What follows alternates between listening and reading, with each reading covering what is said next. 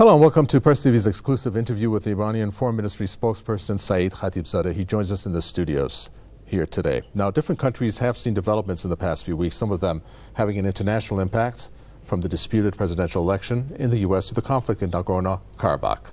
Now, Saeed Khatibzadeh is here to shed light on some of these developments. Warm welcome to our studios, and it's good to have you with us. Good to be with you. Excellent. Let's start with the Nagorno-Karabakh conflict. Now, there has been a recent ceasefire on that, which is very good news for the region. And based on this agreement, however, there have been some rumors that have been going around. One of them is that there will be changes to the Iran-Armenia border. Tell us about that and, of course, the role that Iran played in this very constructive ceasefire that has occurred. Thank you for your very timely question. Actually, the Islamic Republic of Iran has been always welcoming any attempt toward a durable and permanent solution to these 3 decades of conflict between our 2 major neighbors, Azerbaijan and Armenia. But we have to be very careful about the question that you asked. Definitely, there would be no change in the international border as a principle of Iran's foreign policy, as neither Iran's border nor the region's border will be changed. Any change in that borders, definitely we are vigilantly following any attempts in this regard. We are in close contact with both Yerevan and Baku, and also with other capitals, regional capitals.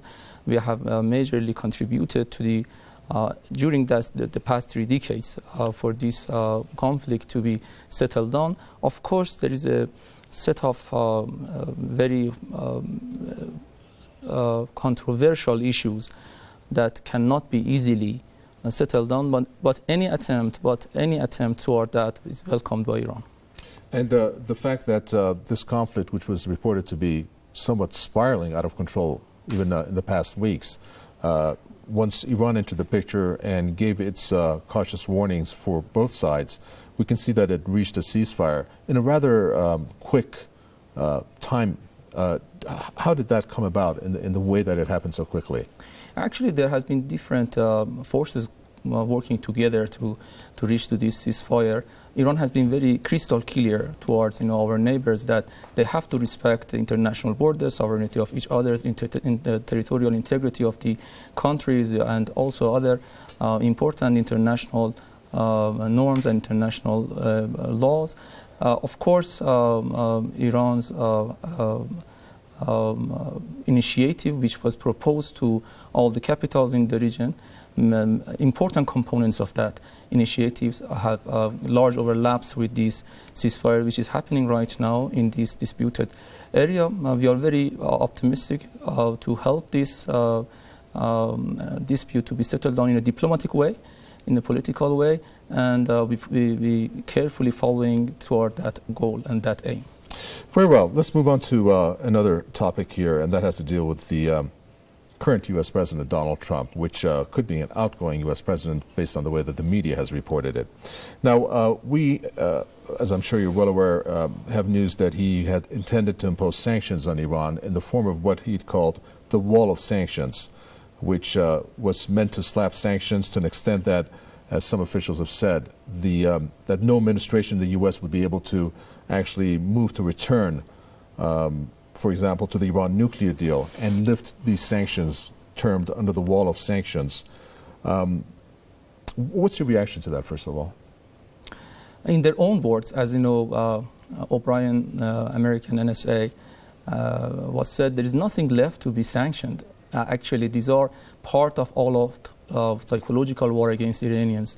The maximum pressure policy has reached to this maximum failure, and actually there is nothing more that they can do unless they can actually continue this psychological warfare against the Iranian nation. And also they are trying to somehow, out of frustration, imposing new sanctions to actually convince that their maximum pressure policy is still alive.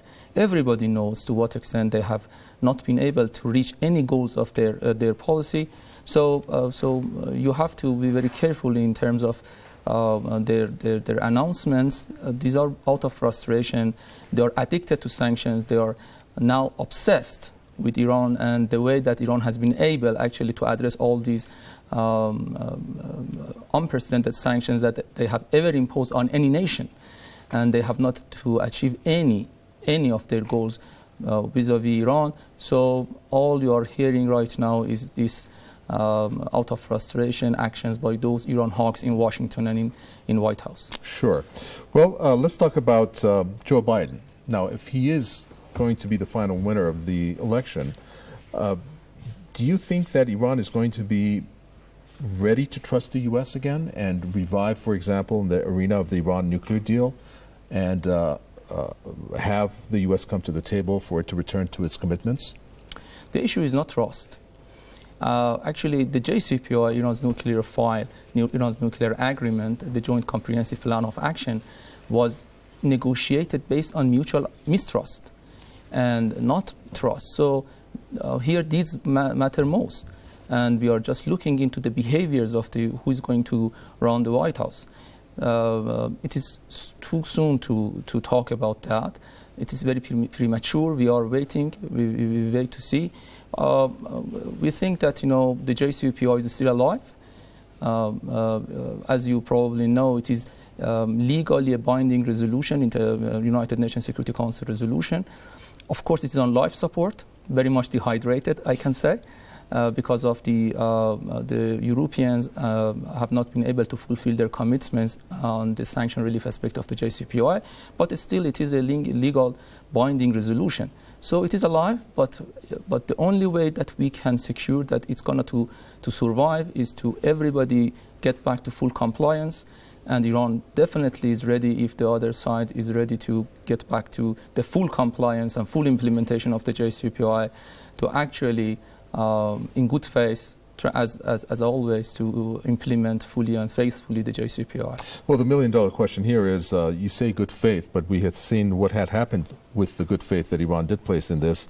I mean, if the U.S. does re-enter this Iran nuclear deal, what do you how is there going to be a guarantee that it's not going to breach its obligations again, as we saw it happen under Trump? Actually, Trump was successfully ruined any trust from international community towards the United States. The United States not only violated the JCPOA, violated INF, actually withdrew from Paris Accord, withdrew from even NAFTA, many UNESCO, Human Rights Council, and many other international pacts or agreements. So United States has shown to everybody that it is not trustworthy. So any move by United States should be in a way that can actually regain access to this room that Iran and other remaining JCPOA is actually all right now. Gaining access to get back to the room is very difficult. And I'm sure that it is not just Iran. Everybody is very skeptical of United States moves, and we are very much vigilantly following what is going to happen. Deeds matter most, as I said. The behavior is the most important thing that we are looking into, and we are very careful.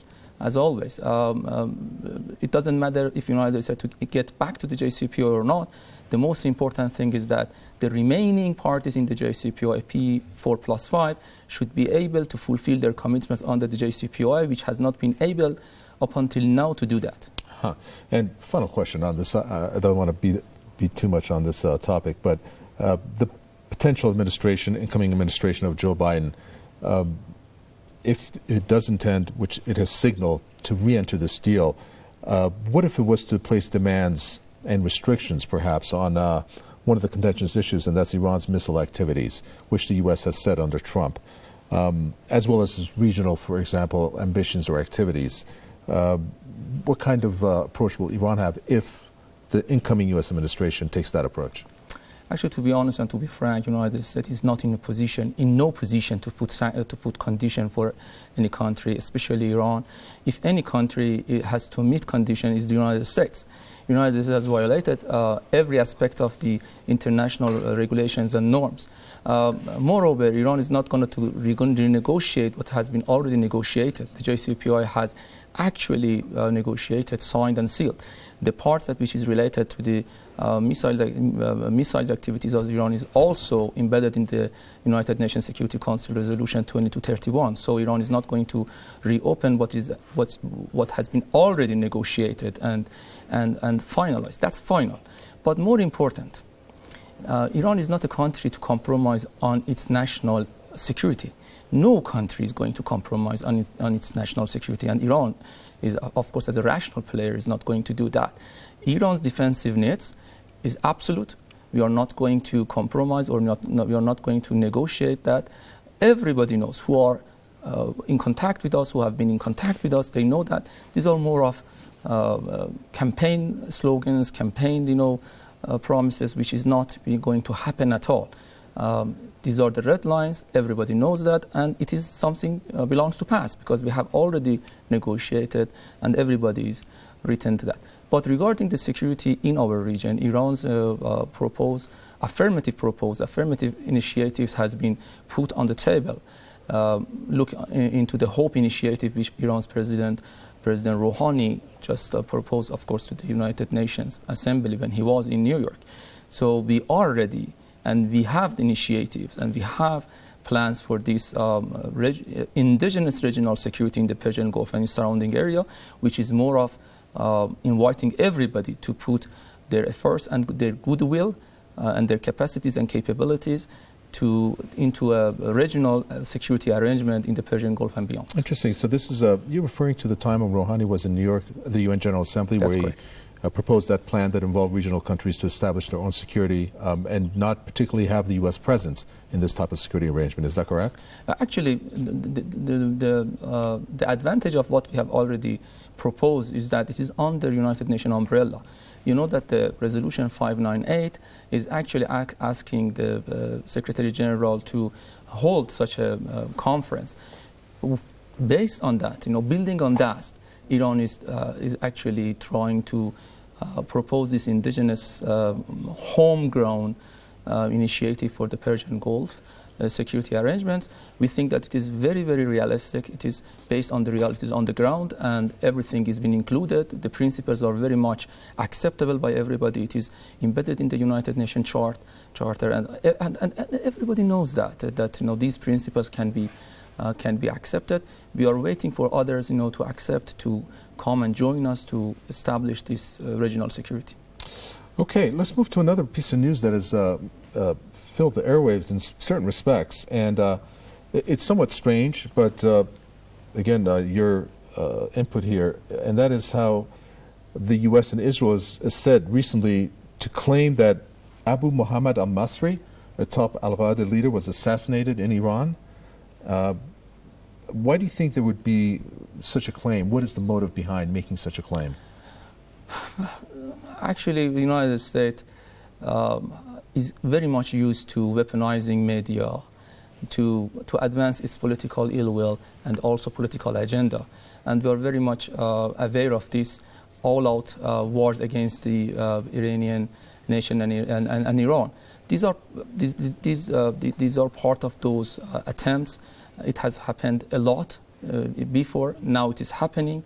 They know better that who has founded, who has established, who is recruiting right now to Al-Qaeda members in Afghanistan, in Iraq, and in other parts of the world. We have all the documents.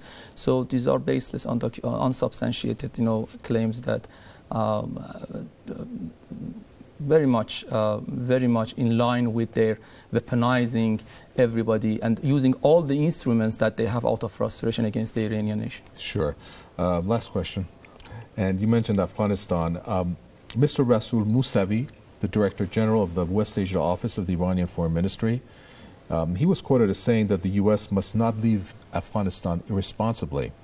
And the reason he said that is because he says that when a country has invaded another country, such as the U.S. did with Afghanistan, it should restore the country's security and also military infrastructure before leaving it. Now, given Iran's unchanging stance, which regards the U.S. military presence in Afghanistan as the root cause of war, instability because of the occupation, could you give us your views about what Mr. Mousavi has said? This is not new. We have always said that the U.S. legacy for our region has been these disastrous wars, this bloodshed, these bloody wars they have imposed on our region. United States legacy for our region has been these tragedies in all over our region. They have made all this mess, and they want to leave this country with all this mess, and even trying to destroy all the infrastructures that day by day the proud Afghan nation has built up. They're trying even to destroy any working system right now in Afghanistan by misleading different factors inside and outside Afghanistan. International law is very clear. The invading army, the invading country should meet its obligations and not ruin the country which is going to leave. United States has the full responsibility to settle this mess that has made in Afghanistan, and cannot just run away and put this country and this proud nation of Afghanistan in such a disastrous situation. We are within Afghan nations. We do our best to facilitate intra-Afghan negotiations and dialogue.